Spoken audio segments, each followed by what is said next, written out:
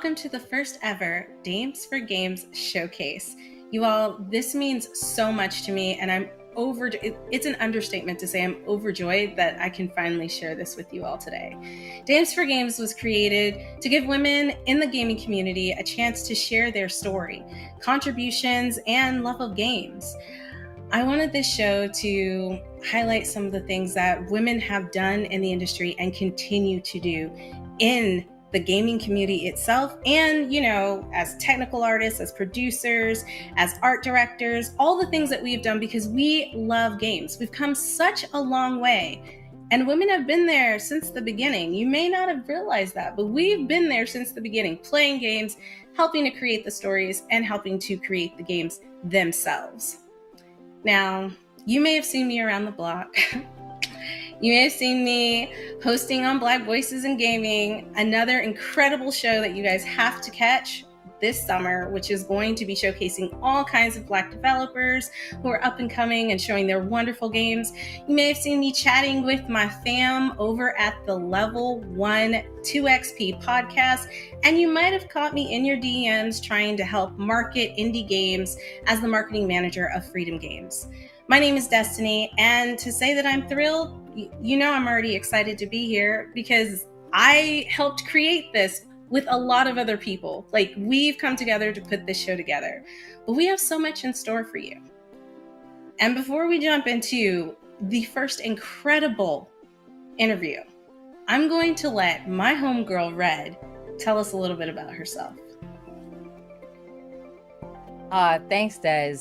You said a lot in a nutshell. That's like the commencement speech right there. Hi, everyone. I'm Red Infamy. You're a master geetress, also founder of Geek Game Tight, and a veteran journalist in the gaming industry. Like, I'm so hyped because when Destiny first told me about creating a showcase to shine light on women and girls from all walks of life in the community, I was like, sign me up right away. I'm all for changing the narrative.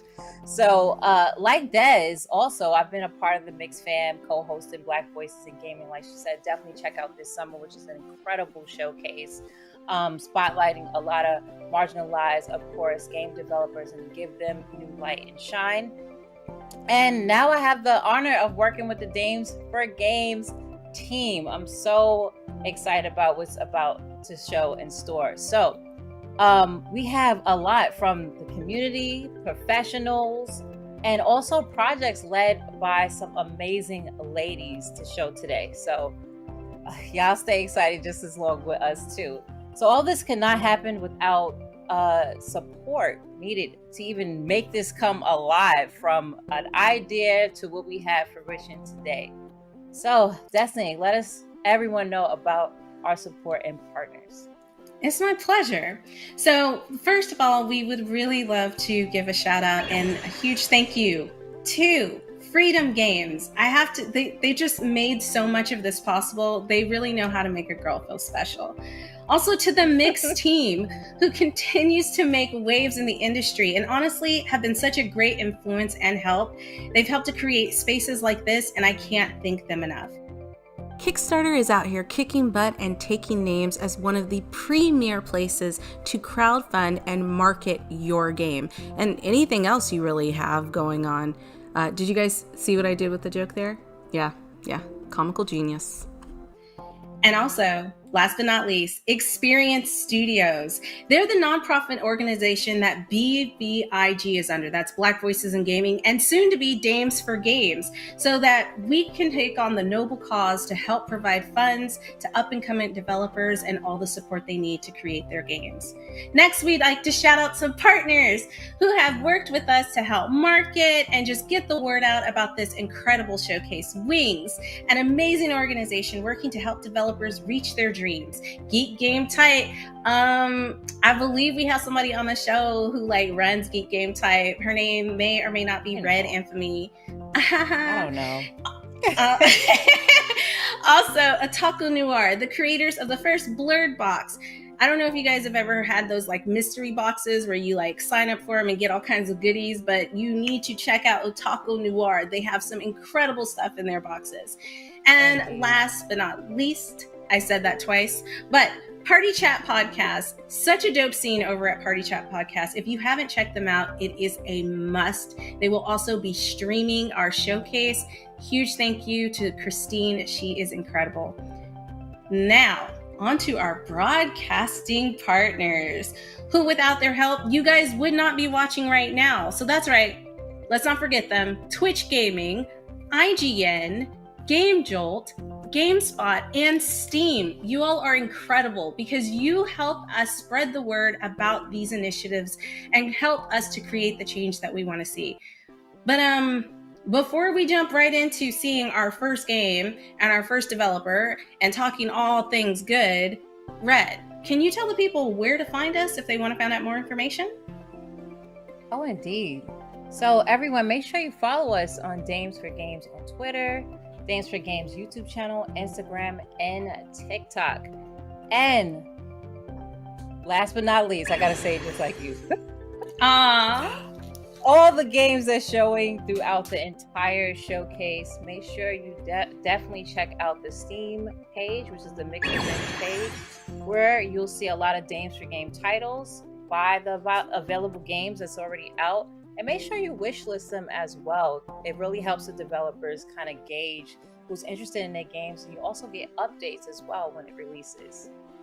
Absolutely. If you type in Guerrilla Collective 2023, when you go to Steam, it'll bring up all of the games from the Guerrilla Collective, Black Voices in Gaming, and the incredible games we're going to show today on Dames for Games. But Red, I just want to say I appreciate you. I love you. Thank you so much. As she said, you can keep up with our journey across several social media platforms, but I think it's that time.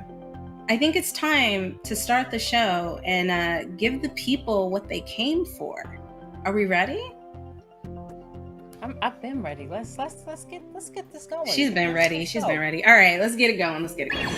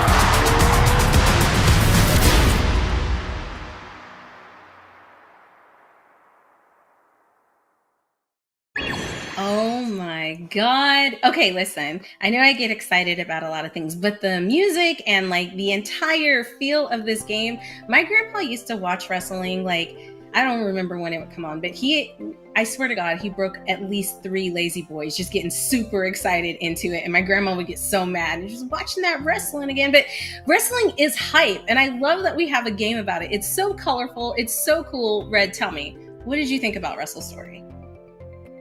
Like, just like you mentioned, I was bopping to the music and everything. But yeah, wrestling, used to watch it when I was little. I even have family that are wrestler. My nephew is a up and coming wrestler. So okay, shouts out to Trayvon. But the game looks incredible. I love how you can create your own characters and everything. So I can't wait to play and speak to Zoe.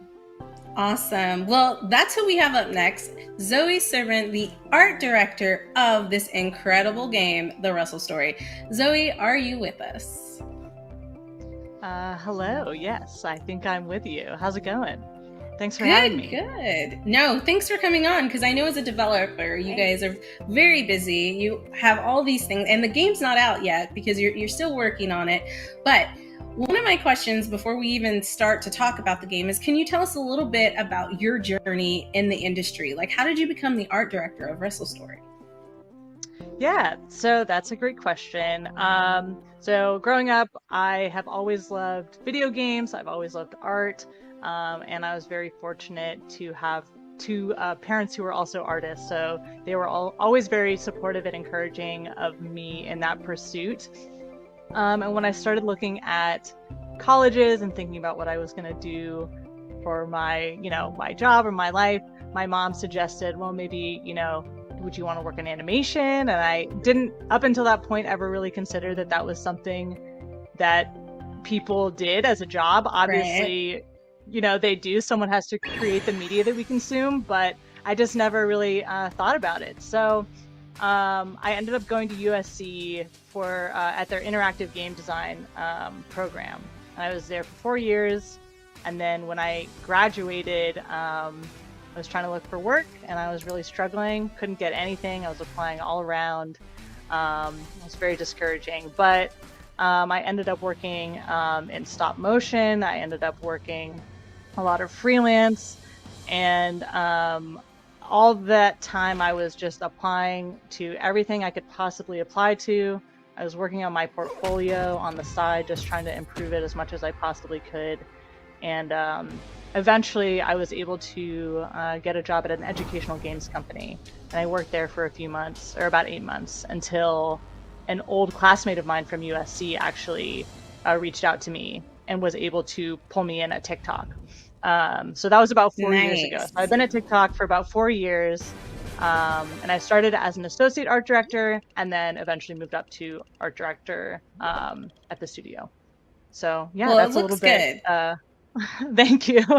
Yeah, no, the game looks good. Red could not wait, y'all. She started playing already. So we're checking out the game. It looks incredible. The character design is great. Like, I'm super excited. But before, like, I throw it over to Red, she was bopping to the music really hard. Y'all, she was bopping to the music before we even started interviewing. Like, she was just like, what is this? Like, all kinds of moves. And I know from just speaking to you earlier that you were really excited about the music too, because like it kind of like brought it to life. So as Red is getting in here and starting her wrestle journey life, can you tell us about the music? Yeah, absolutely. So the music was made by a company called A Shell in the Pit. They've done a lot of music for different games, Rogue Legacy, Untitled Goose Game. They've got a lot of really talented artists there. So we were fortunate enough to work with them on the PAX demo that we put together. And all of the music came in really kind of like down to the wire. All the sound effects that you're hearing in the demo, they came in probably, 2 to 3 weeks before PAX East. So we've been working on this, and then to hear the sound come in and to hear the music come in, I opened the build one day and I was like, oh my God, you're running around Paradise City. And it's like, it feels like this tropical like place. It feels so good. And when the game director Steve sent me the Paradise City soundtrack that came in, I was like on a road trip driving up north, and I just played it on a loop for probably like 10 minutes, just being like, oh, this is so good. I want to like put it on Spotify. Like, everyone should get to hear this. I can't wait to put it in the game. That was a really exciting moment. That's what's up. And listen, it really does fit the overall look and feel of the game. Now, one of the questions I wanted to ask as an art director, because a lot of people may not know what it is you do, like specifically at the company. My words are like leaving my brain. It's because I'm hungry. But so can you tell us a little more about like being an art director and kind of the role that you play when it comes to creating games? Yeah, absolutely. So my role, for the past 2.5 years, we've been working on this game. It's been a very small team, myself, our game director, our lead programmer, just sort of incubating the idea. And for the past 2 years, pretty much my role as the art director has been figuring out, obviously how it's going to look, setting style parameters around the UI, the visual effects, the character designs, the environments, figuring out how they all kind of mesh together, and then figuring out how we, can scale that up in a 3D sense. So figuring out how you know, some characters look good in a 2D sketch, and then when you transform that into a 3D world, there's some weird stuff going on. So there was a lot of iteration on that, a lot of exploration. So yeah, for the first 2 years, my job was mostly concepting and style establishing. So doing a lot of art. And my job now has transformed a little bit. I think, you know, when people hear art director, they do think you're doing a lot of art. But the truth is, once your team becomes large enough, the job really does become more management and sort of production focused. So doing a lot of red lines, giving feedback, writing up assignments. And there's a little bit of a balance in there because I like to get in and get my hands dirty too. So yeah. Yeah. I love that. Red, how are you doing? I didn't pay attention to which character is yours, but I can tell you're the one with the pink pompadour. That's you, right? That's all you. Yeah. There you go. Oh, you got it. I was like, wait a minute. Yeah. Wait a minute. That one's tricky. So yeah, all of the different moves are going to have different action commands associated with them. So, you know, the body slam has a hold the joystick up and release. Other moves will have, you know, different timing button presses. You'll see a little bit more, you know, if you get that far in the demo. But yeah, we wanted to give the player a lot to do during combat. I think people sometimes hear turn-based combat and they kind of worry that it won't be super engaging. But wrestling is all about the drama. It's all about, you know, the hard hits. So we wanted to make sure that that is coming through for the player even in a turn-based game. Keep them engaged. I love the character design. I love the character design so much. Like, it's just so fun, you know? And then, like, the entire city, I just want to run around it and explore it. Like, everything just looks so well put together. It's very cohesive. Red, tell us your thoughts. Like, you're actually in there playing the game. Like, how do you feel about it? I mean, so far, like, even starting out, I love the banter already, and even the different dialogue that you can choose. I love when you can actually pick what you want to say. So if you want to be a little quirky, sinister, or just very professional, whatever, in a way you want to be with your dialogue, then you can. But I love how I look. I love that you can create your own character in some type of way. I love the skin tones. Y'all know I love, you gotta be melanated in some type of way. Gotta have some variety, yeah. So I love that people are able to choose what they want, and it is a different spin on wrestling games. So I feel like anyone and everyone can actually play it. So it's dope. Yeah, I do have a question, Zoe. So with animation, like, I have some friends that develop or, you know, or make animation as far as with film. What would you say is some of the obstacles you had to overcome with being an animator? That is a great question. I think the biggest obstacle, and this is something that we're still kind of working through, figuring out, you know, ironing out the kinks in, is, you know, you mentioned the character design, something being something that you really liked. That has posed an interesting, some interesting challenges to us. You know, originally we had a lot of characters that were sort of a little bit more uniform in their shape, which makes it a little bit easier to have characters of different, you know, of similar shapes, picking each other up and throwing them. But we decided that we wanted to really push and pull the proportions. You'll see characters that are really large. You know, they got these giant shoulders, they got big heads, they got big feet. And they're picking up and throwing characters that are really small, you know, maybe 2 to 3 times smaller than them. And figuring out how to get animations on one character to, you know, a body slam on one character to look good on a body slam on, you know, the same animation on a different character. That has been a challenge. But I think that, you know, where we've landed with it is successful. But there's always something funky that goes on when you put a new animation in there and you're like, all right, let's try this on the big boss character and see how it looks. You never quite know. You're kind of crossing your fingers and hoping that nothing crazy is going to happen. But I think that's probably been the main obstacle for us is because we've pushed our characters so far design-wise. It does you know, it raises a couple questions of how's the animation going to look when they start throwing each other around the ring. Because that's really important. It's a wrestling game, you know? Right. And it's looking like spectacular. And first of all, like our interview times are always so short. Like I always want to ask a ton more questions and get like really in depth with it, because there's so many things that go into creating a game, and we've only scratched the surface. Okay, guys, we've only scratched the surface. But hopefully we can bring you back. We can bring Wrestle Story back, and we can get more in depth about like other things that you guys are doing with the game. Now, I don't know if I can ask this, but I'm gonna ask it anyways. Is there like a time frame of a demo that's gonna drop so our viewers and others can check it out for themselves and experience the Wrestle Story? So currently we don't have a release date. The plan is, you know, we are going to release it when it's good and ready and we're happy with it and we think that people will really enjoy it. We are looking for a publisher, so hopefully by the time this interview comes out, we've got, you know, some fun updates on that. But, you know, obviously external funding will really help to move that release date closer.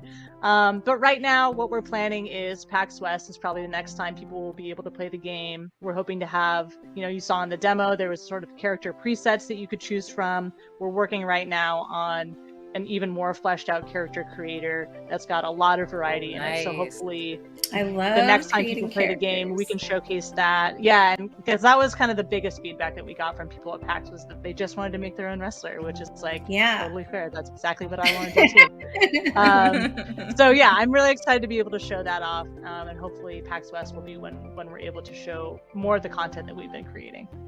Thank you, Zoe. So if you guys are going to be at PAX West, make sure to stop by their booth. They were at PAX East. It was incredible. I know we're running on time, but they actually had a wrestler stop by and people were losing their mind. Zoe, in like 30 seconds, maybe less, can you tell us a little bit about that? The wrestler who stopped by to play your game. Yeah, so Austin Creed, who is, he goes by Xavier Woods, he's a WWE wrestler.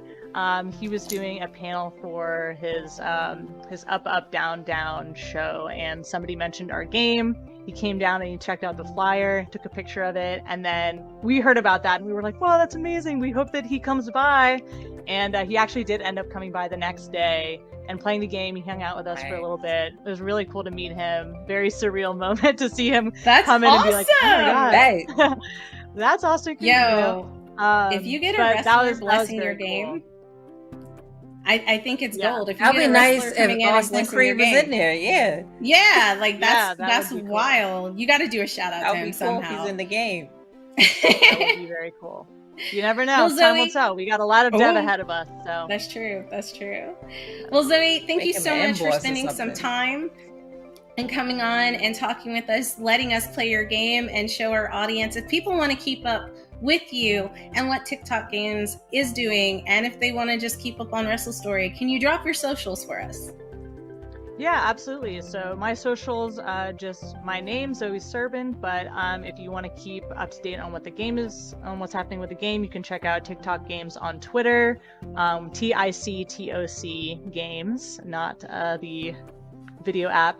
And you can also check out Wrestle Story on Steam.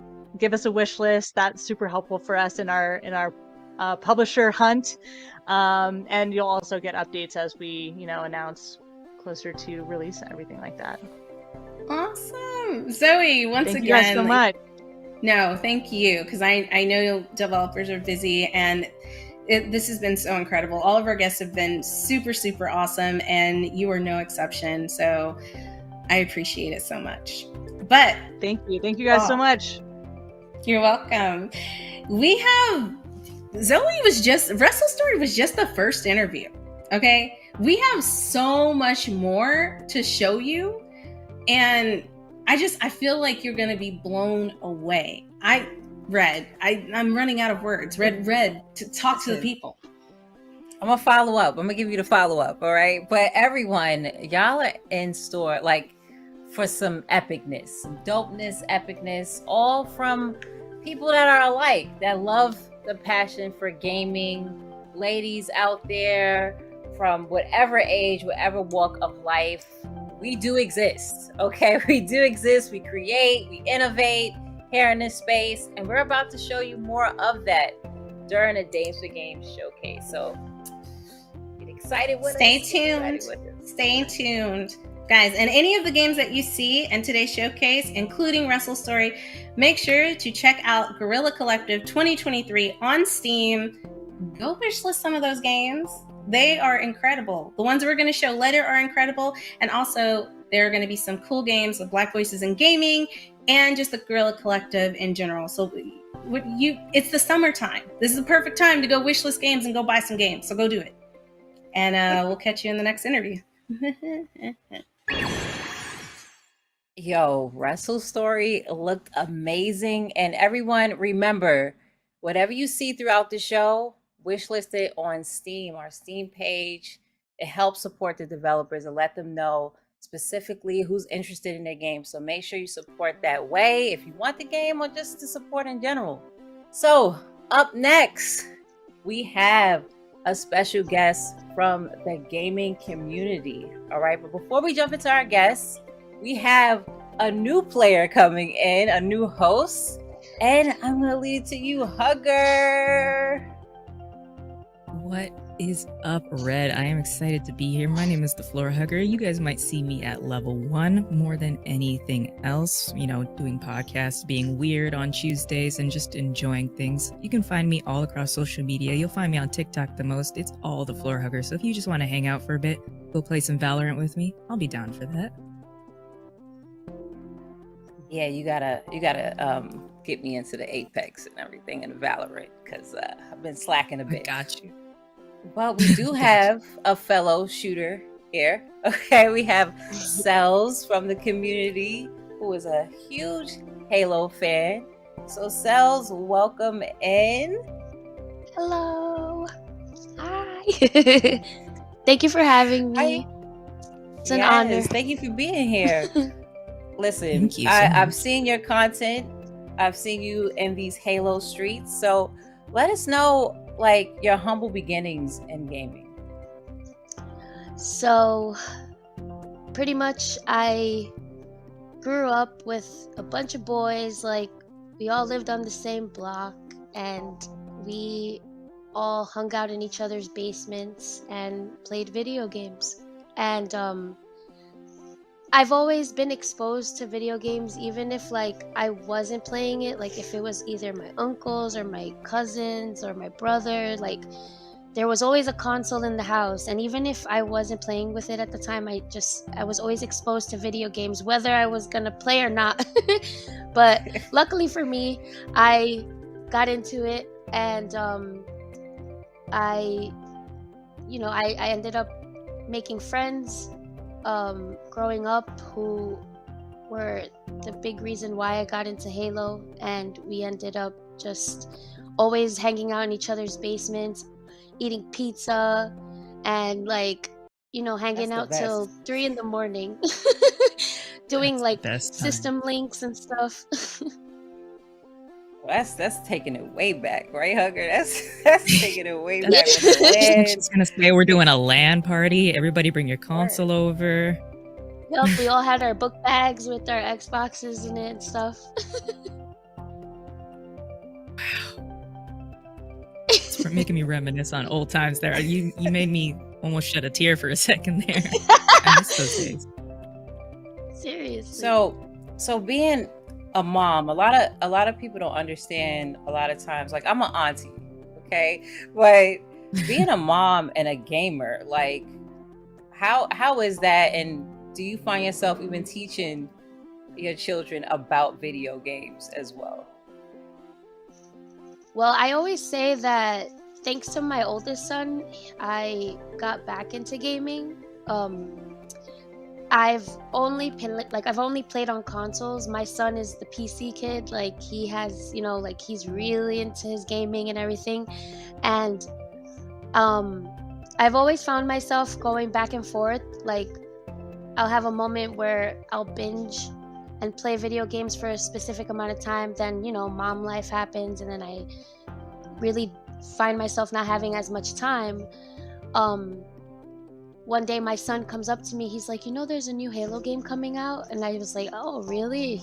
You should play. And from there on, I got back into it, and it was like, I was just so happy that I was able to. I missed it, you know. It was something that I looked forward to whenever I needed like a moment and, you know, needed a break. And it was cool because I just feel like now I have something more to connect with my son.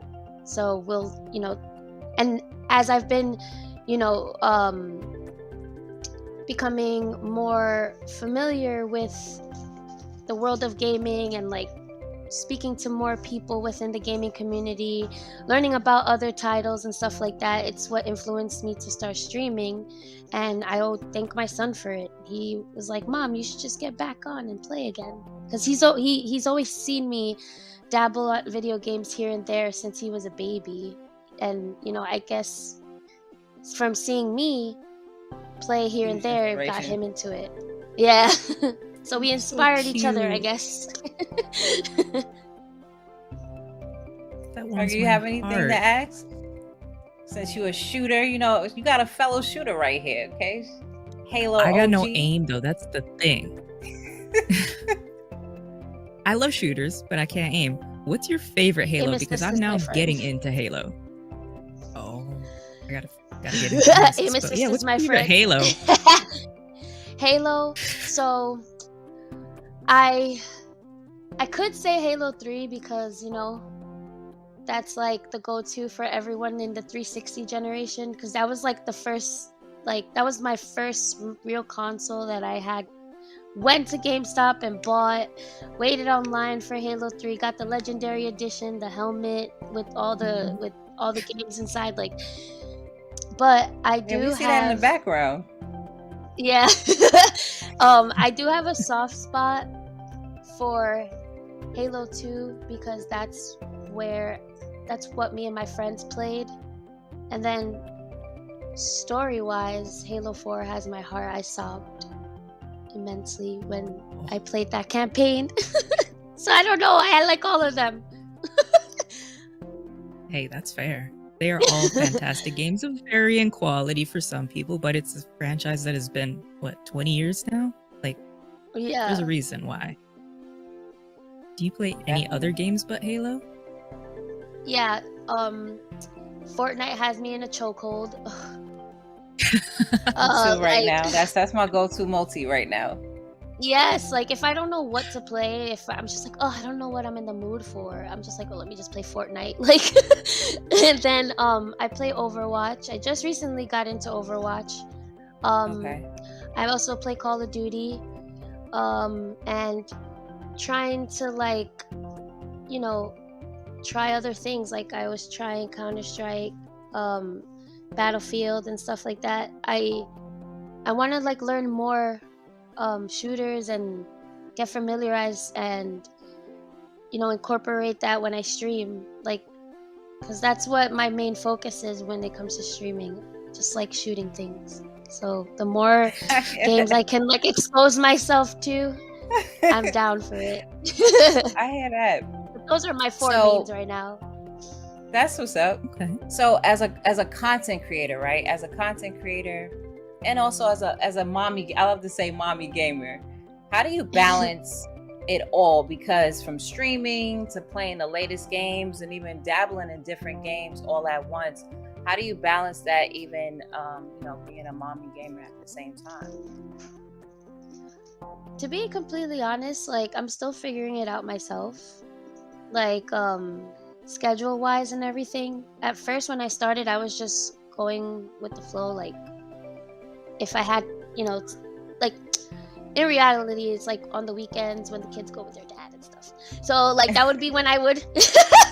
But I since there's been more of like a growth within my channel and stuff like that, I was like, wow, I really need to like start setting up, you know, be a little bit more consistent, because like I care about the viewers and stuff, and you know, they like how I play and how I interact, and you know, like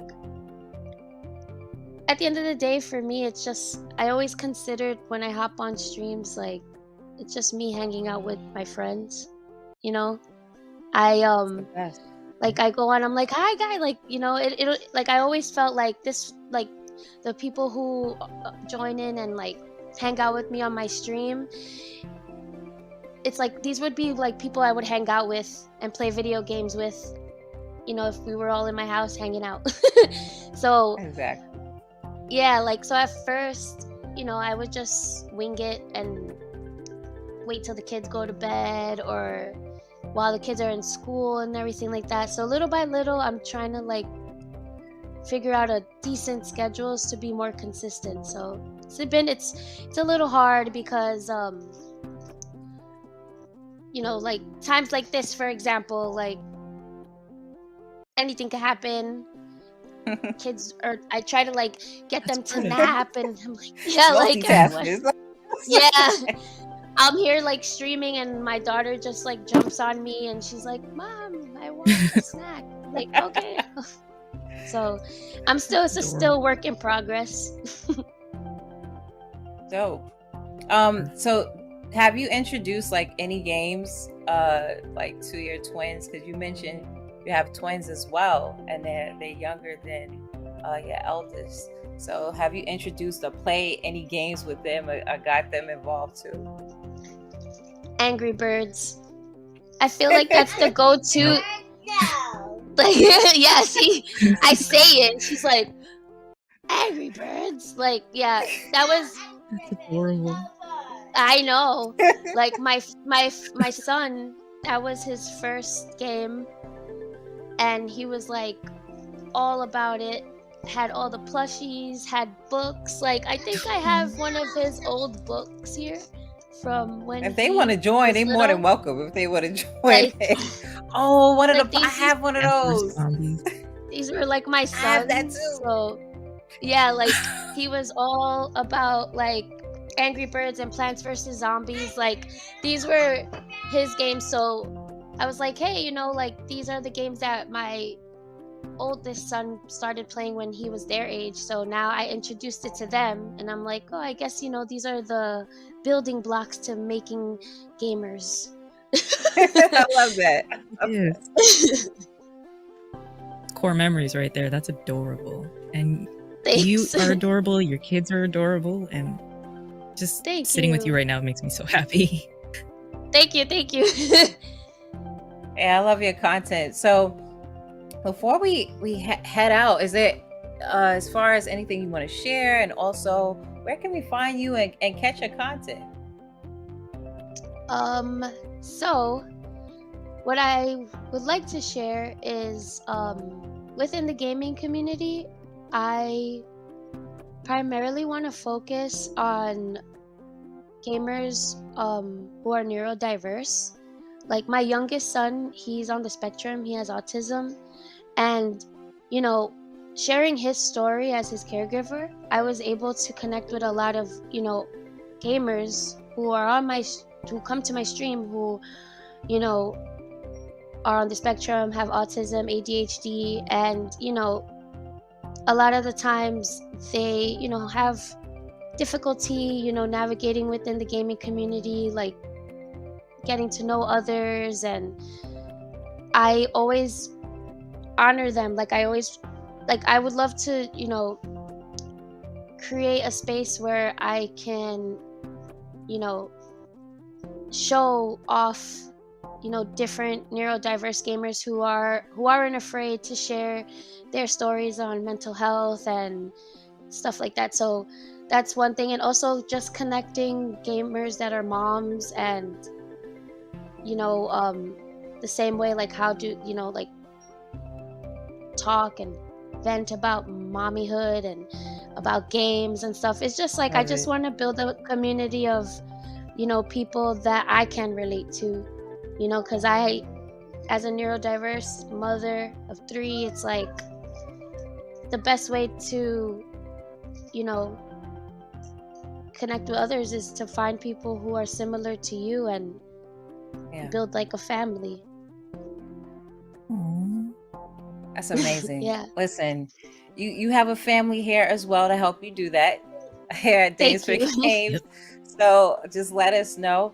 And as far as your Twitch and your Twitter as well, is it all by themselves? Yeah, everything's the same. My Instagram, my Twitch, my Twitter, my YouTube channel, everything's themselves. Nice and easy. Well, y'all heard it, everyone. So y'all definitely check out Cells. Oh, TikTok too. TikTok too. I need to work on TikTok. Yeah. So we're gonna have to talk. TikTok as well. But thank you so much for joining Hugger and I and being a part of Dames for Games. So thank you so much, and sharing your story and letting us know how you start your humble beginnings, and also your family that you got involved with gaming as well. Thanks so much. Thank you again. Thank I you. really, really appreciate this opportunity. You guys are amazing. You're amazing. You're amazing, honestly. Thank you. So Hugger, what you think so far? Like, we had Cells I don't know how on. she does it. Listen, Like, salute to Cells. Okay, we just gonna say salute to Cells. Because that's a lot. I think a lot of people don't understand balancing family and also doing your passion as well. So shouts out to all the mommies, the aunties, the grandmas, the TTs, the tias, and everyone out there every woman that try to out there balance it enjoying all. games right now. Exactly. Exactly. It's not easy because she's just trying to have fun too, and we can speak from us. Sometimes gaming, it's hard. It's hard to have fun, find fun, and the fact that she's done it and is bringing her family in, that's admirable. That is so adorable too. And she almost brought a tear to my eye, Red. Like, her kids are so cute. You got the glasses to kind of, hide everything. The little Nobody can tell when I'm kids are crying. crying. There's a reason for the glasses. Nobody can tell when I'm about to cry. See, I need that. So we have some more incredible people heading up next. So Hugger, share what we got. Before we get into that, you might want to take a look at the Steam page. There's going to be some great games out there that you might get a nice discount on that you want to play. But if you're excited now, if you're excited for what just happened, you'll be super excited with our next segment, which is the star player, and Michelle is going to take it home for us. Stay tuned for more from Dames for Games. I'm the Floor Hugger. You know where to find me. I hope y'all have a great day, and all my socials are all the same. Thanks, Floor Hugger. That was a great interview. It's amazing to see how many people manage to game and create content all while being a parent. Women have been in the gaming industry since the industry's beginnings. Legendary women like Roberta Williams, Carol Shaw, Mabel Addis, Muriel Tremy, and Donna Bailey have paved the way for our star players. Our star players are the women who are making waves in gaming and the gaming community today. Here are their stories.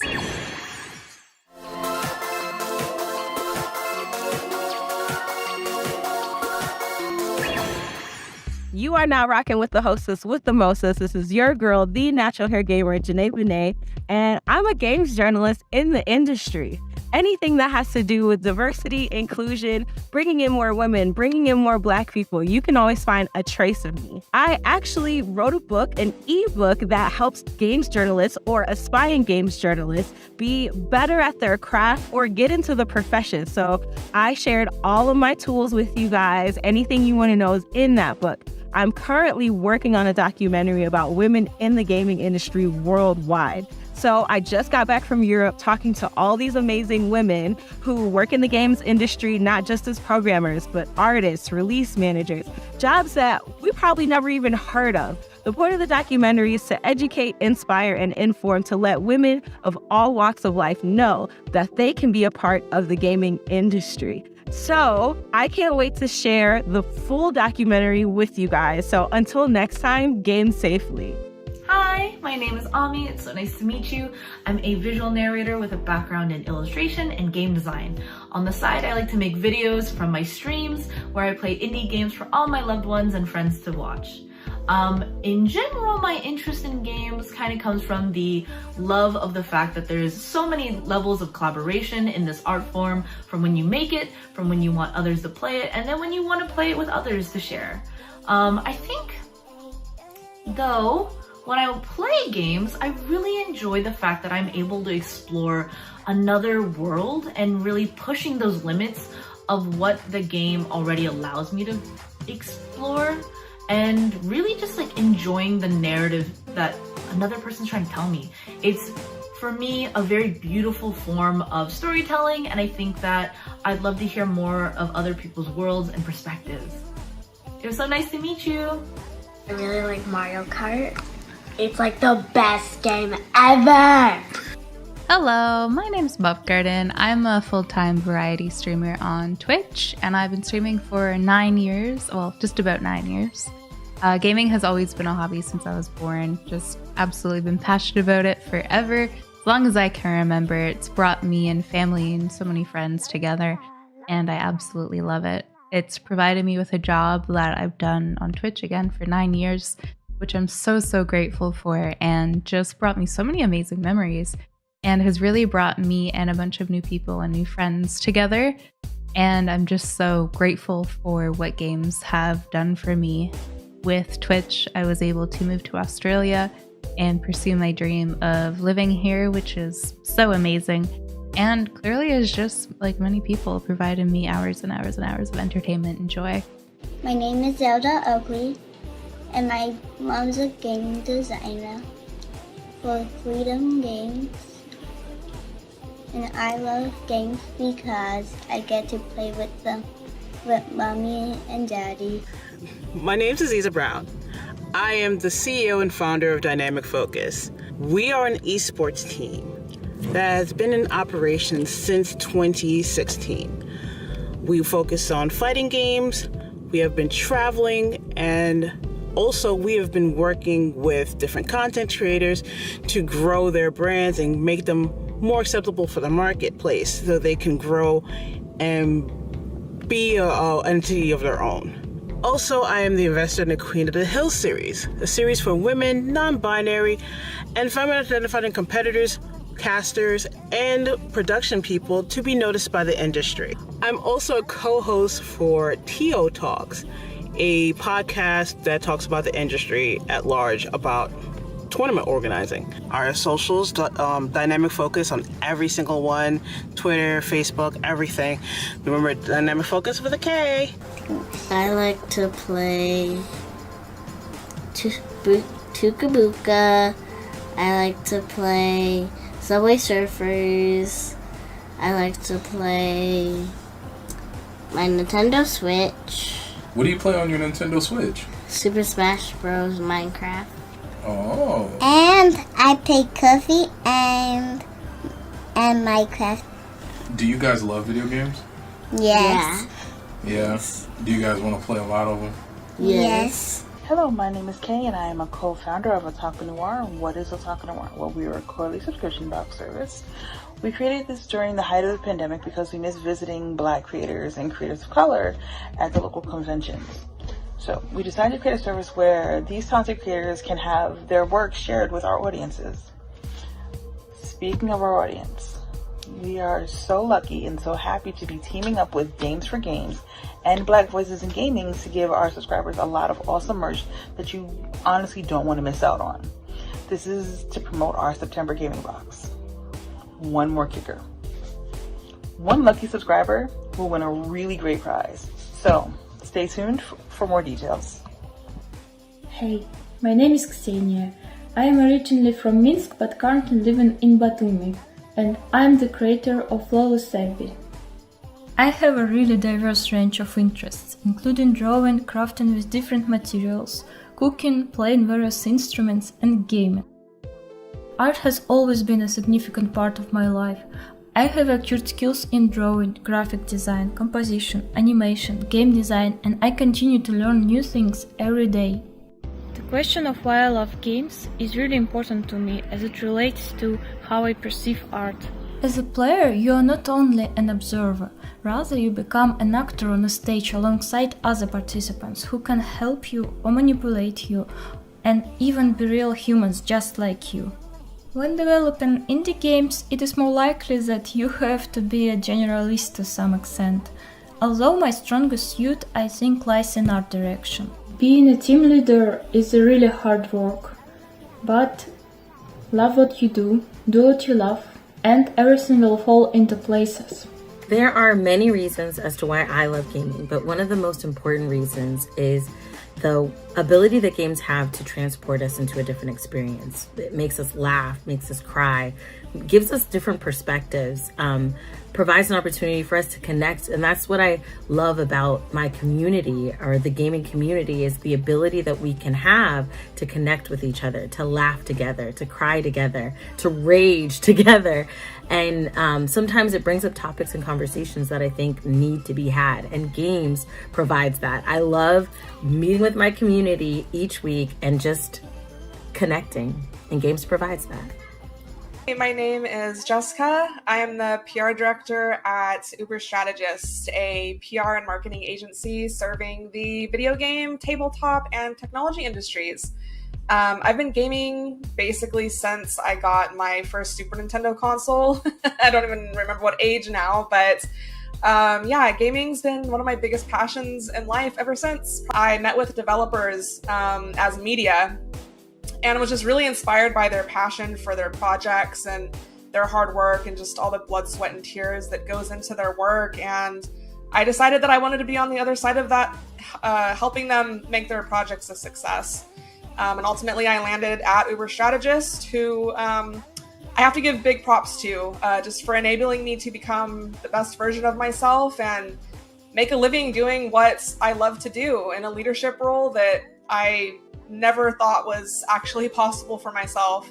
Women just have such an important role to play in this industry and bring value to any team fortunate enough to have them. And my message to other women and girls that aspire to find a career here: you can do it, you can absolutely do it, and don't settle for anything else less than you deserve.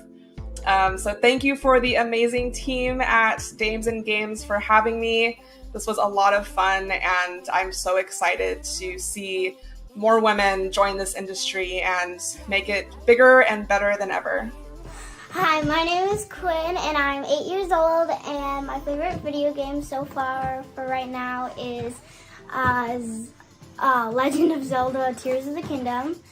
And I like that video game mostly because you get to collect stuff and make weapons. I like getting to see other people, like other people's perspective, like the character's perspective in the game. I think girls in games are important because girls' perspectives are kind of important when they mix with games.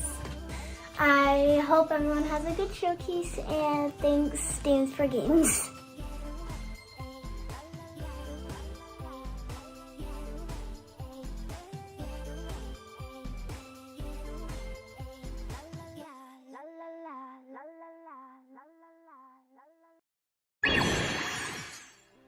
That was really great. Glad to see so many women from every age and background enjoying gaming. You can keep up with all their progress at Dames for Games on Twitter and across social media.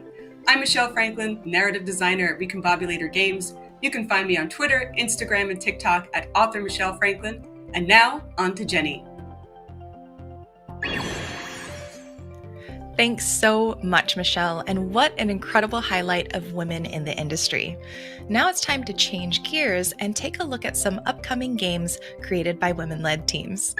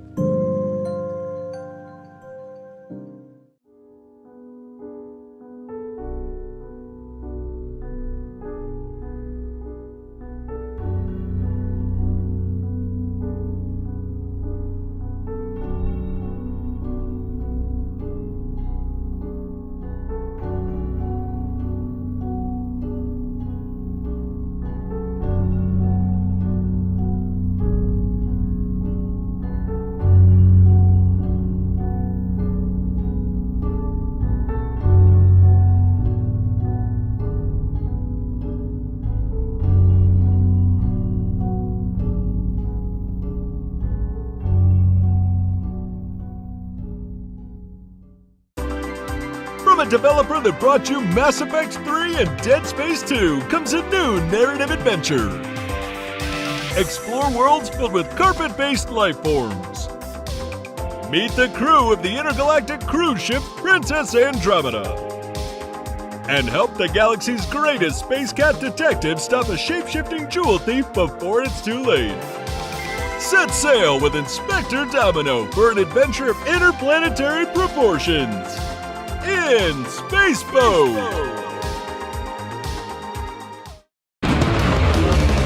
Hello woman, standing in line, you look just fine. But understand, you'd be prettier if you smiled and made it worth my while.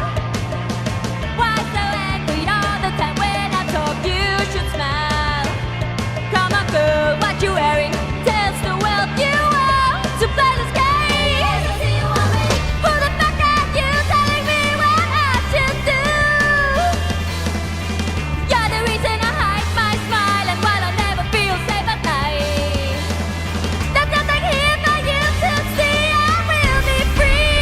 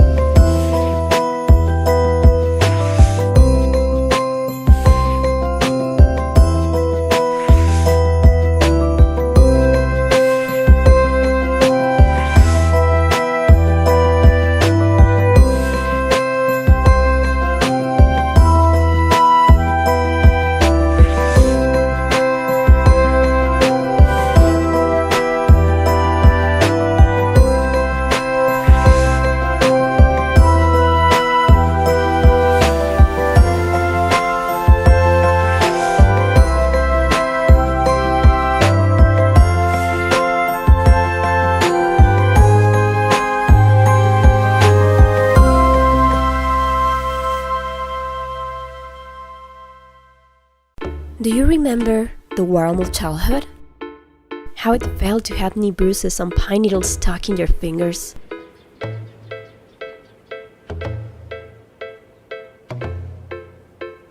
The wind in your hair and the fleeting carelessness.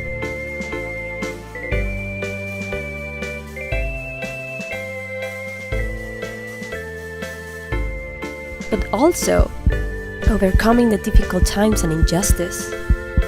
Building friendships that last a lifetime can be tricky, but don't be afraid, my little pie. Mama will always be there when you feel alone. Experience the magic of childhood again with Sanya.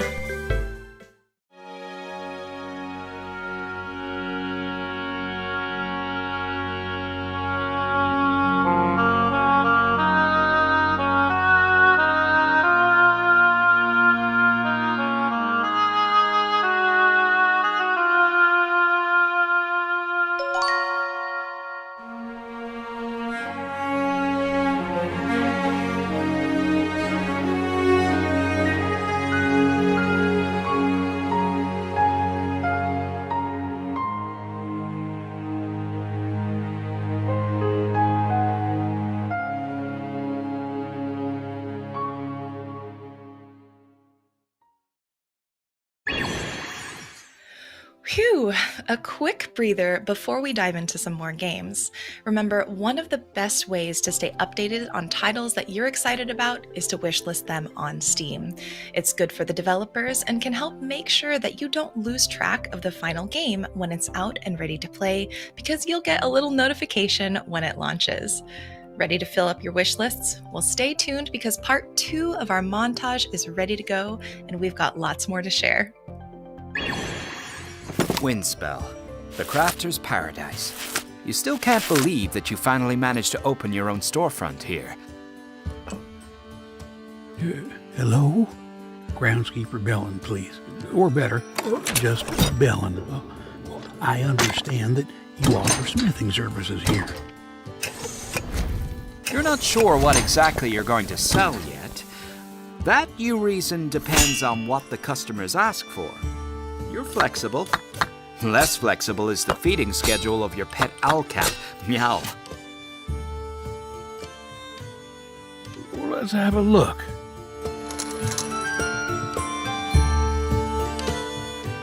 Oh, hello. Are you the owner?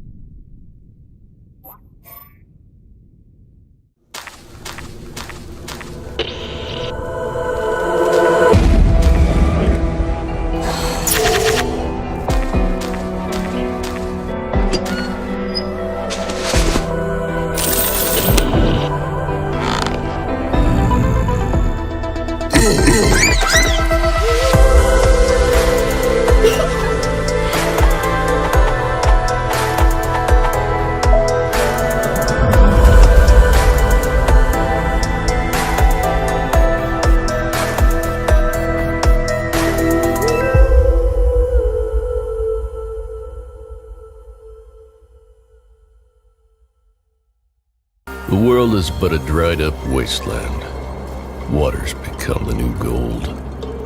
Only a handful have managed to survive. In a world where even water is scarce, unlimited growth isn't an option, because every little bit counts. In this unforgiving place, nothing lasts forever. Adapt to a nomadic lifestyle, or die.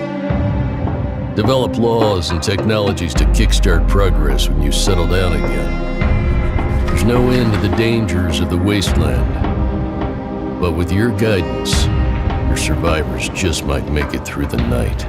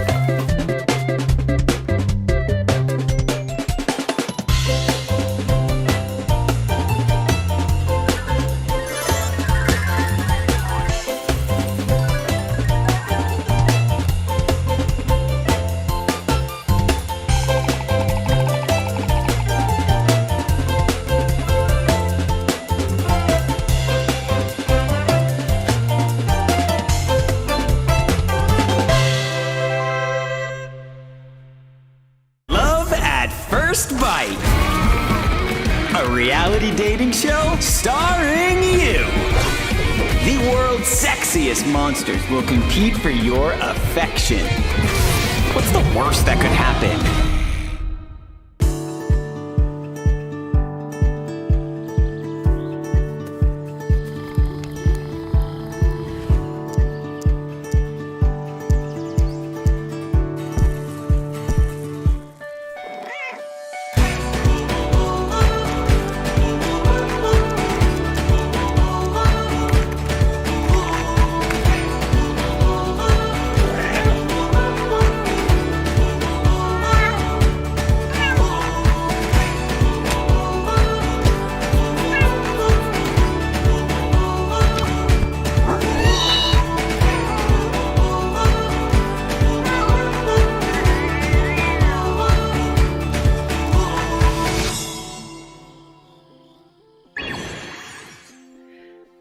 It's always exciting to see what's in store for us, and these titles were no exception. A huge thank you to all of the teams joining in for the festivities of Dames for Games. And if you'd like to stay on top of what's happening in the indie world and discover more indie games, please feel free to follow me at Kimchika on TikTok, Twitch, and YouTube. And a major thank you to the Dames for Games team for including me in the fun and festivities. Now, let's check back with Red and Destiny to see what else they've got in store for the rest of the show. Big shout out to all of our star players who let us share their stories. We truly appreciate it. Michelle and Jenny were absolutely fabulous. If any of you out there want to share your story with us, we're here for it. Hit us up on our socials because we want to know why you love games as much as we do. And you just might be featured in our next showcase. But before we get to our next guest, I can't believe we're already halfway through.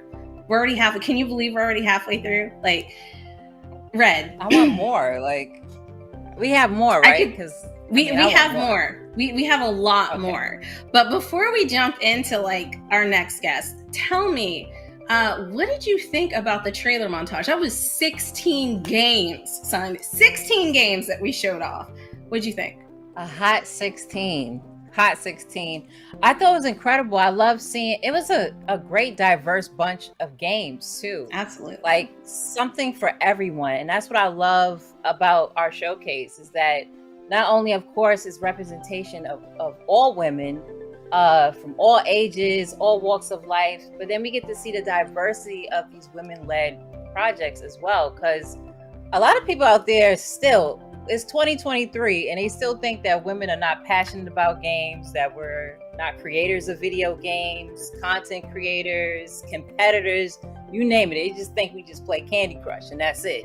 So we have something like this to show that that doesn't just exist. So I'm excited. I can't wait to dive into our next guest. Destiny, I know you're going to do the honors of introducing what I call our new players and guest hosts. Absolutely. So we have a special guest host who's going to be doing the next interview with me. You guys stay tuned because you might learn a lot about what it takes to be a developer.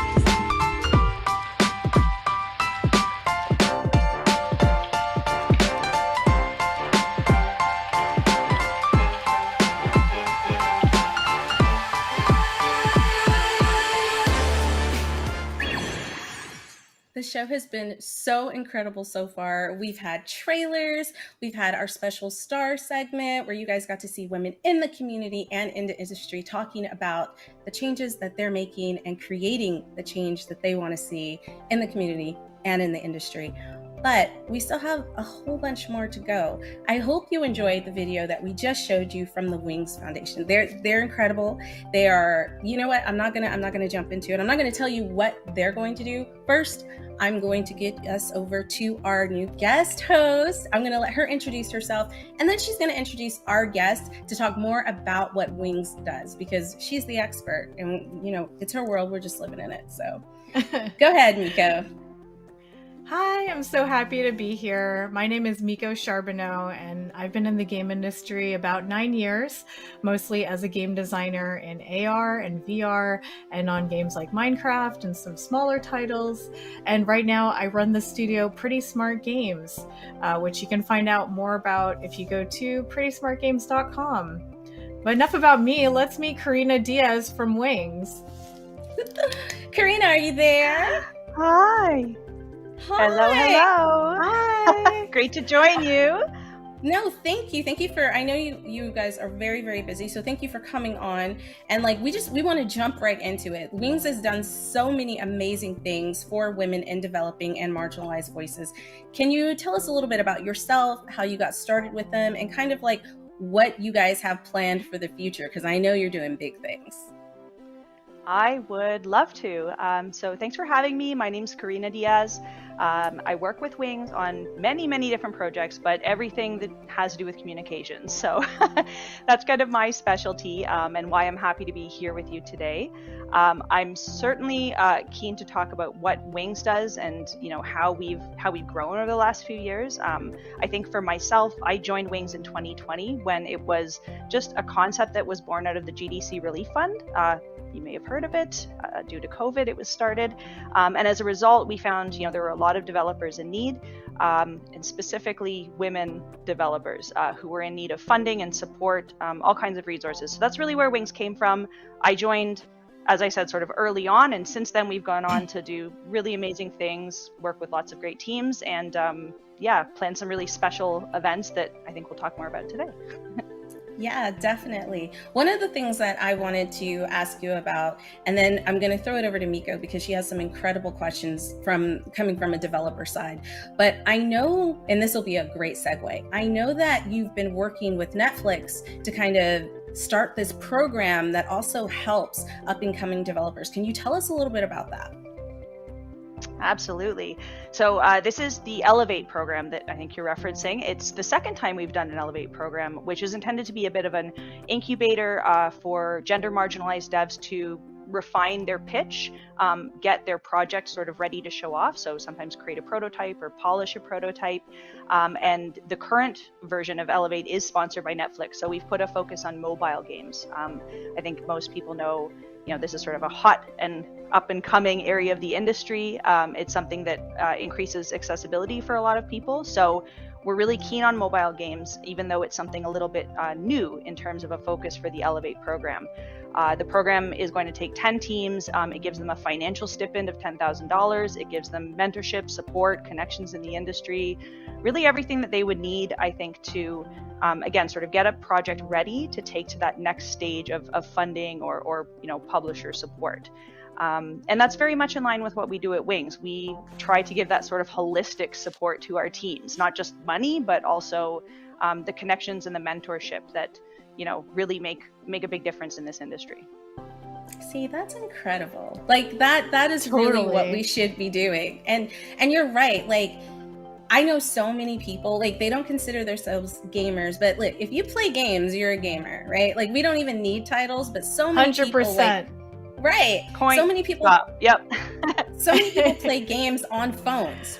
And some of the games that come out on phones now and on mobile are incredible. Like, so well done. And I love that, like, you guys are really encompassing them, because I feel like a lot of people a lot of developers who are making games on phones and mobile, like, they kind of get, I don't know, they kind of get a little shade, right? So I think they do. Yeah. And there's a lot of great games that will end up No, and there's a lot of great games that will end up on phones in the future. Games that you're probably used to seeing on a console or a PC that are now being ported into a more accessible and portable format. And there's absolutely nothing wrong with that. I think anytime as a developer you can have more people experience your game, and whether that be more people, you know, in terms of your sales numbers, or just more people all over the world, like a diverse group of fans that you can build for your studio. Yeah, that's where the mobile advantage lies. And, you know, having said that, obviously we're still looking at funding PC and console games at Wings. That's a huge focus. But the Elevate program does, sort of open up the door, I think, for some of the developers who are looking to explore the mobile market. And obviously with a sponsor like Netflix, they're going hard and heavy into games, and we're really, really excited just, you know, to have their support for women. Love it. And shout out to Netflix. Y'all are doing the work. Thank you so much. Like, that's what's up. Because when I first heard about it, I was like, yo, Netflix is in on this? Like, that's dope. Yeah. But I should mention too, we've partnered with Code Coven on it, who's a great organization in the UK. If you haven't heard of Code Coven, please go check them out. So Wings, you know, we really seek out partners in the industry who share our values and, you know, can make real opportunities happen for marginalized developers. That's our mission. You know, diversity is the key. Like, everybody plays games. It's not just a one person or one group. Like, we're all playing games, which is one of the reasons why we put this showcase together. But I'm going to stop talking. I'm going to throw it over to Miko, because she has some very specific and wonderful questions. If you guys are developers watching this, like, please tune in, because Miko, like, the list it's long, but all the questions are important. And I just know that wasn't to throw shade. I wish we could ask all the questions. So I had her like put the most important ones. Look, I like to over prepare, okay? Listen, I am right there with you. Bring it on. I am right there with you. But as a small indie dev, I wear many hats, and one of them is executive producer. So I have to be prepared for things I do. But yeah, Karina, that's awesome. I actually play some of the Netflix games, and I've been really impressed with their platform. So I'm really excited about this program. But yeah, I did put together some questions that I think small, maybe developers that are hobbyists or solo devs or just starting out might be curious about. And to start off, I was wondering, when you get a pitch deck at Wings, what are some things that we can do to make our pitch deck stand out? Like, are there some things that you wish we did more, or that maybe people who are new to pitching don't always think of? That's a great question. And it comes up a lot. Truthfully, there's not anything I'm going to tell you in this answer that's going to guarantee that your pitch will sort of stand out and shine. I think the project is really the basis for that. But beyond, you know, the core concept that you're pitching, being organized, having some of the fundamentals in your pitch deck. And in fact, if you visit the Wings website on our blog, we have an article about how to create pitches. There's lots of great resources available. But I think, you know, there are some basics that we expect to see, and certainly having a plan for the money that you're asking for. I mean, that sounds like such an obvious thing to include, but sometimes developers, you know, think that they have an idea of what they need to get their game to the finish line, but they may not be taking into account things like playtesting or marketing or PR or localization. There's just so many items that can go into a budget. And I think that, you know, a solid pitch would include your intention for making the best use of the money that you're asking for. It's a lot easier. I mean, we fund projects up to $500K, so we need to have some idea of, you know, where those funds are being allocated. And in a sense, the developers who apply get to make those decisions. So showing us that you've thought about that decision process and, you know, sort of have a plan in place for if we say yes is very important. And other than that, like I said, the quality of your pitch often depends on the project and the ability to present it clearly.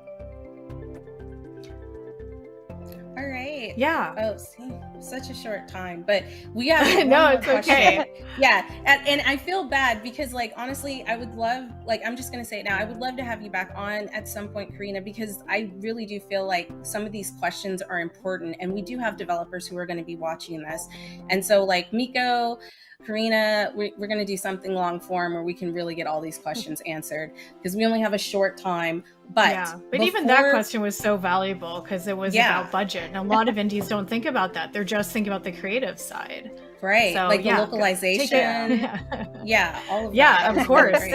Yeah, but we're about to like wrap it up. But before we wrap it up, Karina, I feel like you might have some news to share with us, like some news you want to drop on us. Like I'm excited about it. I do.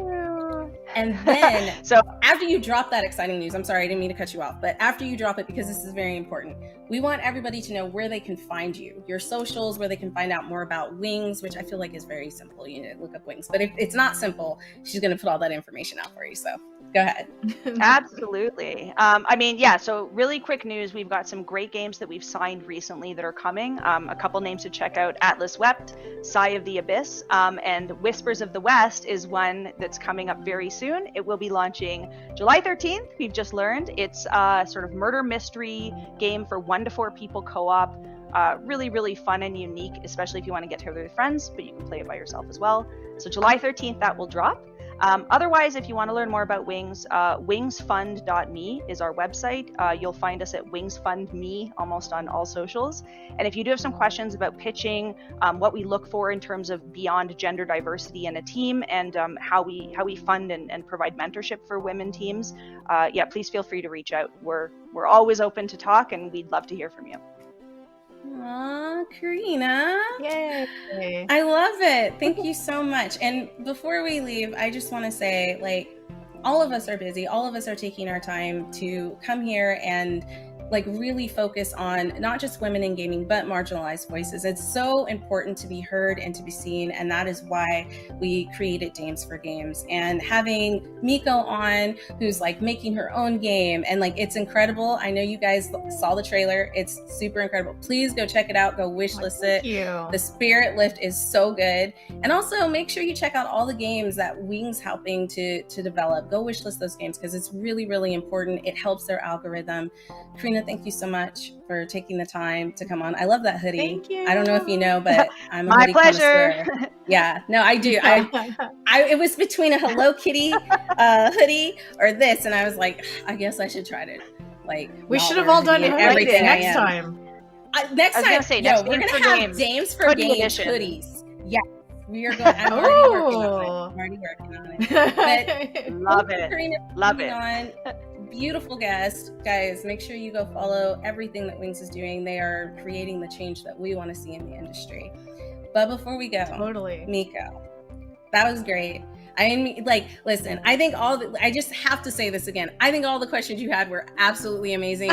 This is why we are going to have a next time. We'll do a whole session on game do a dev whole stuff. session on game devs, and Karina and everybody from Wings. It's going to be a huge party. But thank you for coming on and spending some time with us. Thank you for allowing us to show. Of course, I'm so happy I got to. Yeah. And thank you for letting us show some new footage of the Spirit Lift, which is an incredible game. If you guys like spooky and cute, you have to check it out. Like, the music is incredible, the art style is incredible, and like, thank you so much. It really is. It's so good. But Miko, if people wanted to find you and they want to find more about Spirit Lift, like, drop your socials, drop everything. I know you also stream. Tell the people where to find you.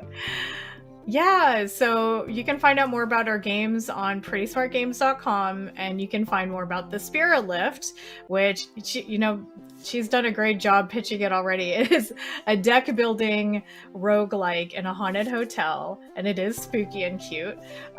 You can go to thespiritlift.com, and you can also watch me make the game live every week on Twitch at twitch.tv/Dr. Mikachu.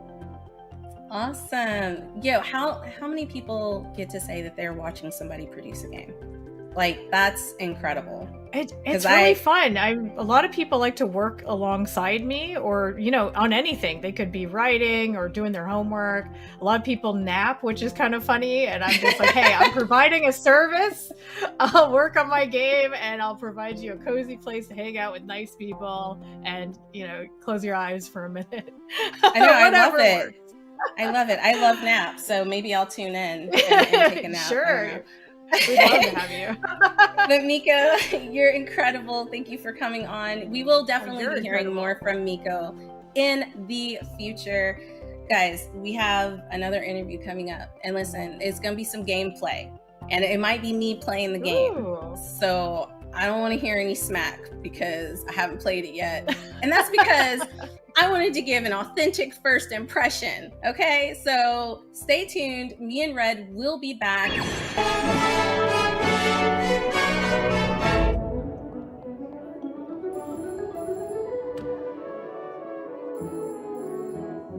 Au parc La Fontaine, les filles s'en vont, et s'y promènent au bras des garçons. Tu les entraînes au cœur des buissons, où elles étrennent l'amour en saison. Tu les enchaînes dans un tourbillon.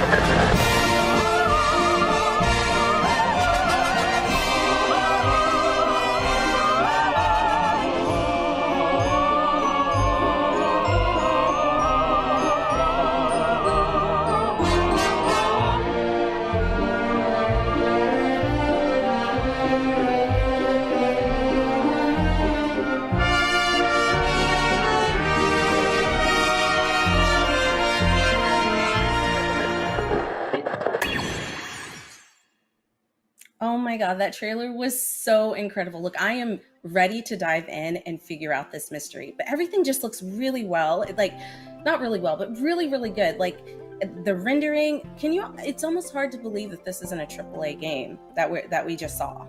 What do you think, Red? No, that's a fact. Like, I want to know the team size. I want to know what's behind the concept of the game and everything, but it looks amazing. Like, I totally agree. It's AAA signed and sealed. And delivered. So we are going to be talking to Kwai Lucier. She is one of the co-founders and CEO of Low Birth Games. Kwai, are you there? We're excited to talk to you. Yes, hi. Thank you so much for your kind words, first of all. That was so sweet. No. I mean, it really looks good. And I know you've put in like a lot of hard work. But before we start in and like jump into the game, can you tell us a little bit about yourself, how you got the company started? Like, we want to know all the details. Absolutely. So I studied video game development in university, graduated in 2019. And once I was out of my bachelor's, I was kind of struggling to find my place in the industry. Wondering, if I was comfortable working on games that I wouldn't necessarily play myself for my whole career. Mm-hmm. And then my co-founders are my sister Raphael and my cousin Olivier. The three of us were kind of a place where we were wondering what we were going to do with our career, and we have always been working on creative projects together since we were kids. We started working on our first video game at like age 11 on RPG Maker. Oh, wow. So yeah, it was really delightful that we were all at the same place at the same time, willing to kind of tackle that whole entrepreneurial journey. And we got super lucky along the way, met some incredible people who really believed in our project. We were able to, raise funds and hire our first team members. So now we're a team of about 15 people working on this project for about 4 years now. So it's been a long process, but we're really, really proud of our product, even though, it's not necessarily perfect and it's still an indie project. So it's I think fair to say that although it does have maybe like a AAA look in the sense that it's a realistic rendering style, I think it's important to mention that it's still an indie project made with so much love, but it's not perfect. You can feel the love behind it in all its facets, negative and positive, and I really, really, really hope that people dig it and love it and see all of our efforts. It's been a real absolute pleasure to work with the team that we've assembled, and I think it shows in the product, how much love there was behind the project. Listen, I just want to say to you, like, you don't have to come on and be like, it's an indie project, there might be some bugs. literally every AAA game that has come out has had bugs. So do not feel bad. And the fact that like you went from the beginning to the end, like there are so many people who want to be game developers. There are so many women who want to be game developers, and then they feel like overwhelmed by the community and the industry, right? Because it is male dominated. So for the fact that you like started it and you've gotten this far, like kudos to you. I'm so proud of you. I'm so proud of everybody on your team. But everyone, we're gonna jump into the game so you can get a look at what's coming. Because I mean, like it's incredible. Red's gonna take over.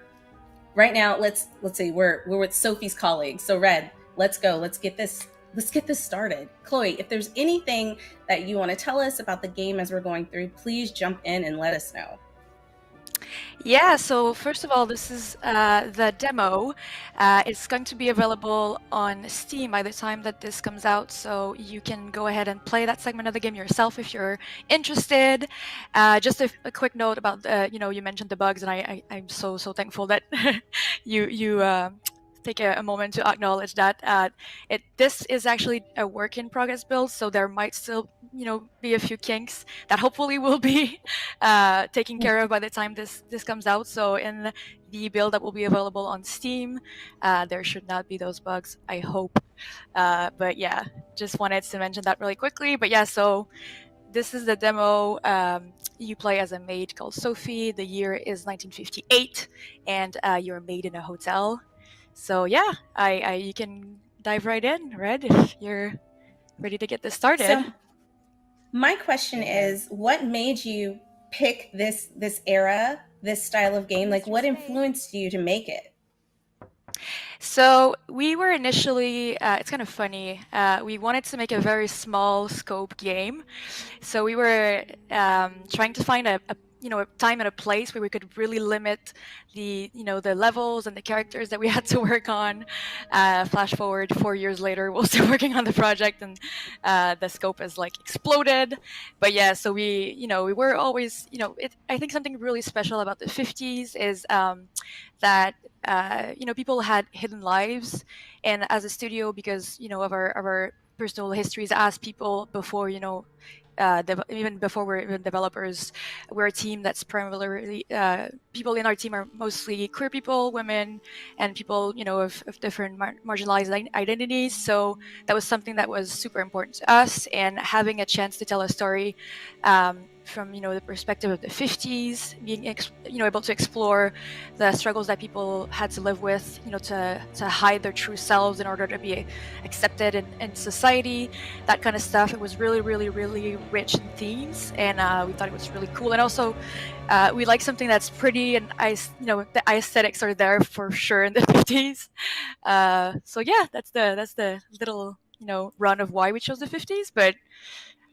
We're definitely like we love a retro vibe, first and foremost. I think. Yes, it looks really good. Listen, I just got goosebumps when she walked into this room. Oof. Yeah, the whole noir. Like I love, like during that time, a lot of noir movies were out. I would watch them with my grandma. So I love the aesthetic of everything. And yeah, we're in a creepy scene because she's like photographed. Like who's watching Sophie? Like we need to figure this out. Oh my goodness. You are asking the right questions. Yeah, so Sophie's being stalked by one of the clients who decided to set up a little dark room in his hotel room, as you do. Real creative. Could you imagine like working someplace and then walking into a room and seeing a bunch of photos of yourself? Like I'm already like pulled into this game, and it's only been like the first 3 minutes. Like I want to know who is messing with Sophie's life right now. The fact that she is not as like scared as I am, like kudos to her. She's a brave lady, because I would have been like, I'm putting in my 2-week notice now. Like, yeah, so Sophie's definitely got a personality. She's really strong-willed. She's shy, but she's curious.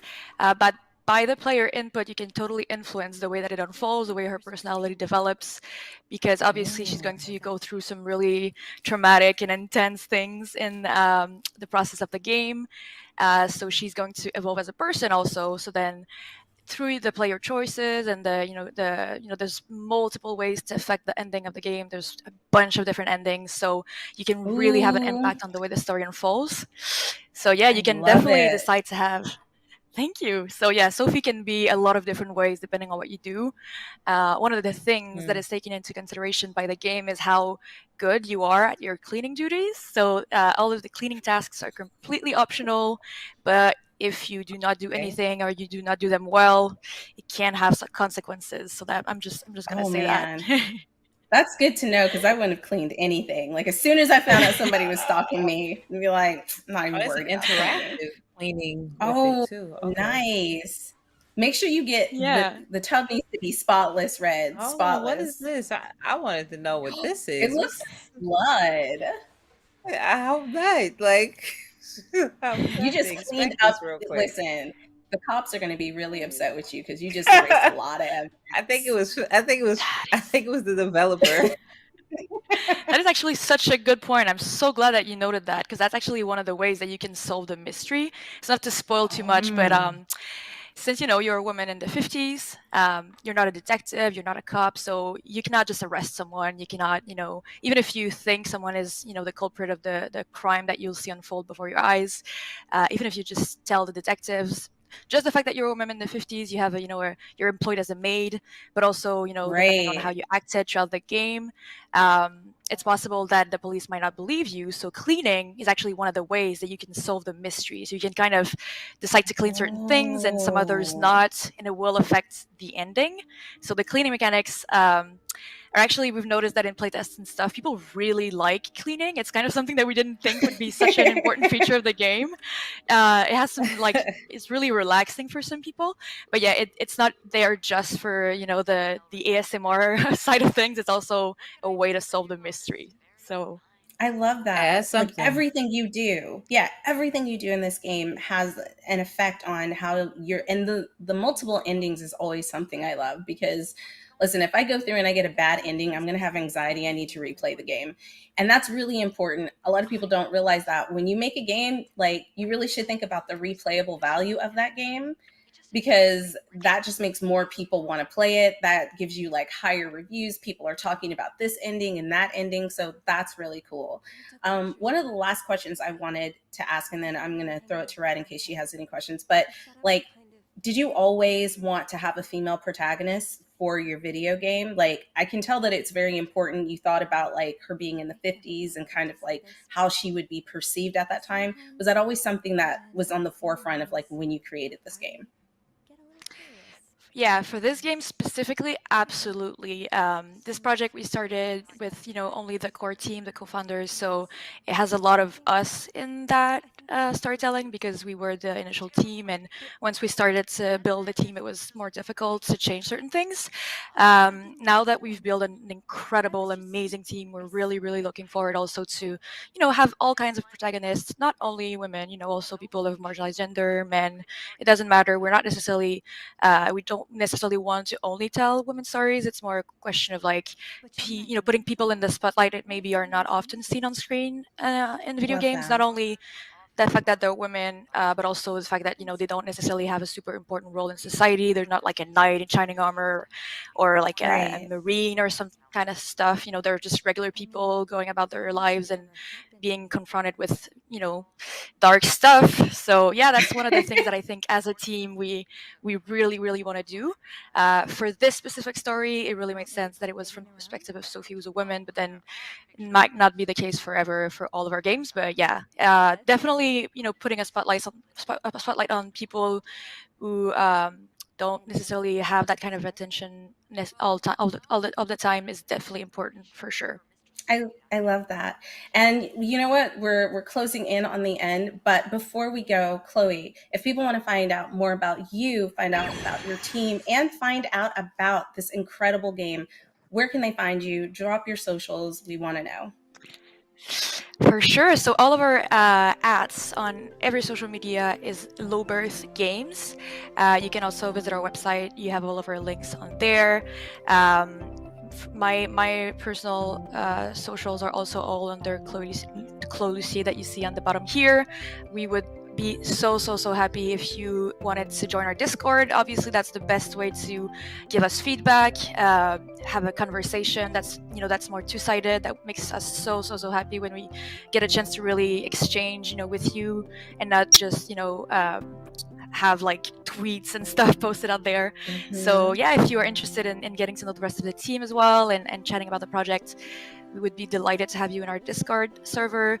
So the link for our Discord server is on our bio in our Twitter account, and I think in most of our bios on all social media. It's pretty easy to find. So we would be so happy to see you there. Awesome. Well, thank you, Chloe. Thank you for coming on, taking the time to talk to us about your team, about your game. Red, you did incredible. Like, we've already started a mystery. We got to figure out what's going on. I'm immersed like into finding out what's going on and who's this person like stalking her. What? Listen, like within the first 2 minutes, I was like, there's some drama going on.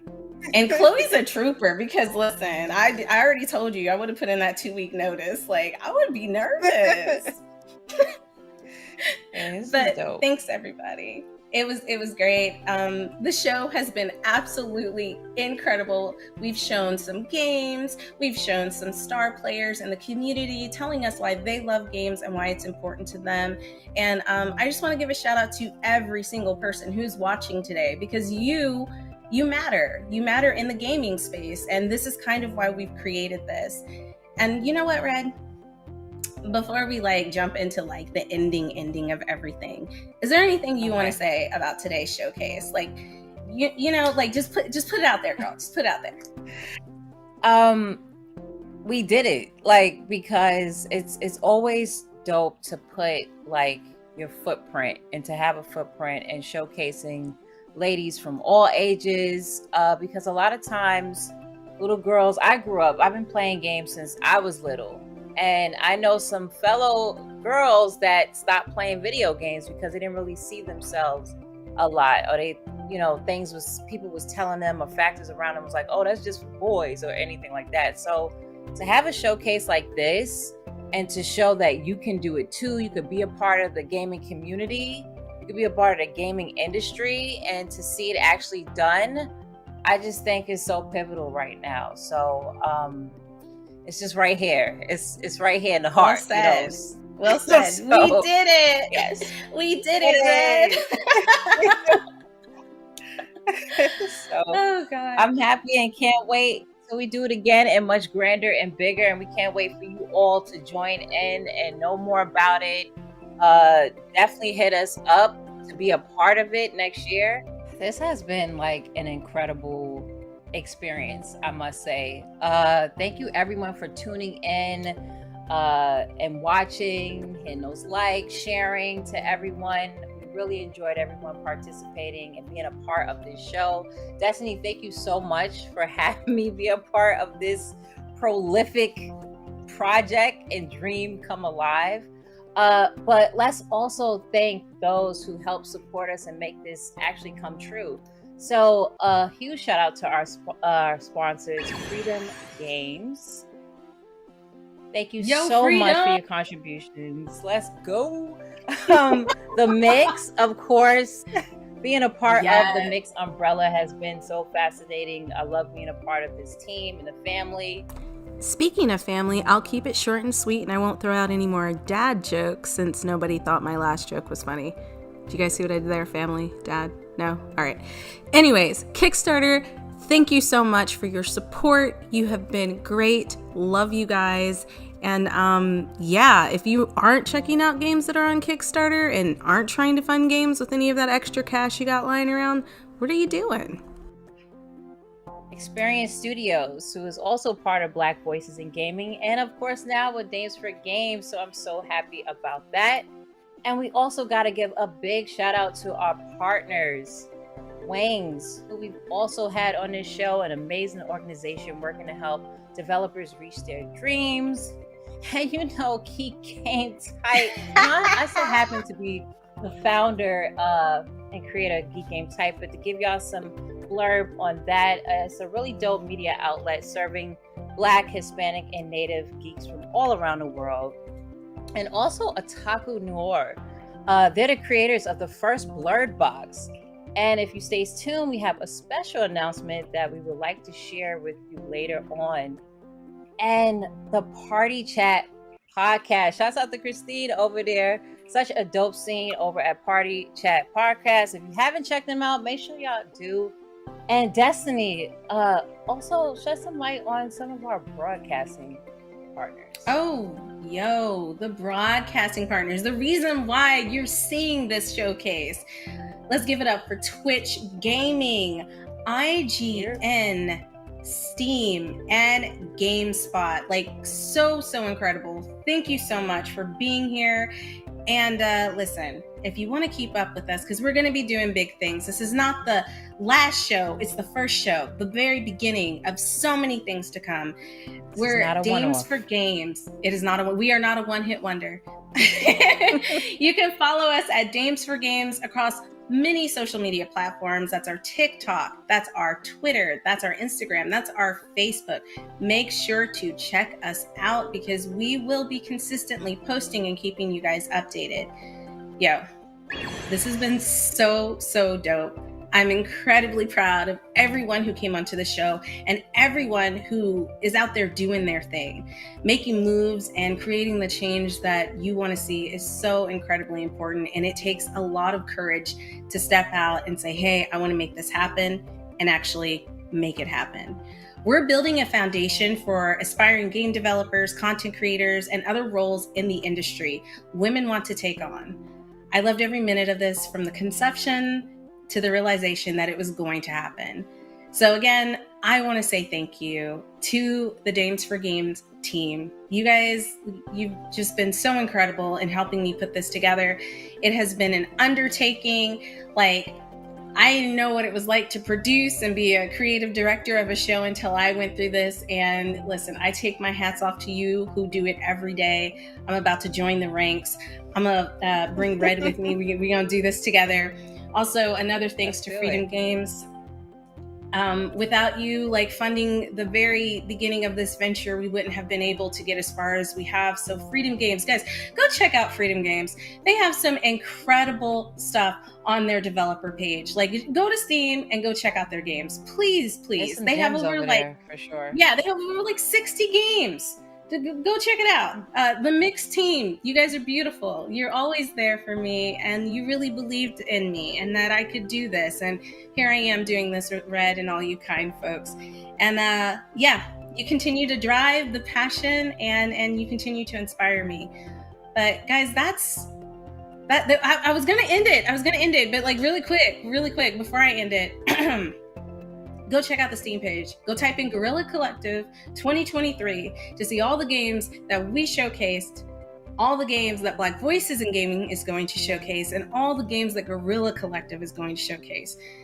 Go wishlist some games. Go purchase some games. It's the summertime. there's nothing else to do, really. I mean, I'm sure there's other things to do, but I'm giving you the perfect excuse not to do anything.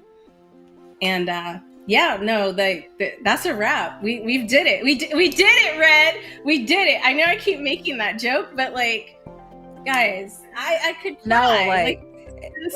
It takes a lot. It takes a lot, but I just love how everyone was excited and involved. For many of those who are watching, it was yo, I would love to be a part of it. Please stay in tune with us, even though we're saying, follow us, engage with us, let us know what you're doing too in the community and also in the gaming industry. Anything that's involved that you're doing, any type of communities that you're a part of, we want to hear from you. A lot of people, like I said, the industry or the community or other people of the world just really think we don't exist and we're not out here doing a thing on something that we love, which is video games that bring us all together, period. So please reach out to us. Let us know everything that you're a part of, what you're doing, at us, ask us questions and so forth. And yes, Destiny, we did it. We did it. Hooray. Okay, but before we go, Red, where can the people find you? Drop those socials one more time. Where can we find you? Oh, sure. It is Red Infamy across the board. That's on Twitter, Instagram, YouTube, you name it, Red Infamy, even if you want to play some games. Also check out Geek Game Tight, that's TYTE.com, to see what's in store as far as Black gamers, Hispanic gamers, and Native Indigenous gamers from all around the world. Definitely check us all out and see what we're up to. So we love movements like this because it gives people who does not have a voice, or seem like they don't have a voice, a light. So yes, that's where you can check me at. Sweet. As you guys know, my name is Destiny, and you can catch me all over the place at DMBC32. Just hit me up, especially if you're trying to be a part of something bigger and better that's going to make the gaming community as a whole really strive and become a place where we all feel safe and we can all really just enjoy playing games. I'm really, really happy. Yeah, I'm really happy. I can't stop smiling. I guess we'll catch you guys in the next showcase. I hope you're ready, because it's going to be bigger and better and just so much more.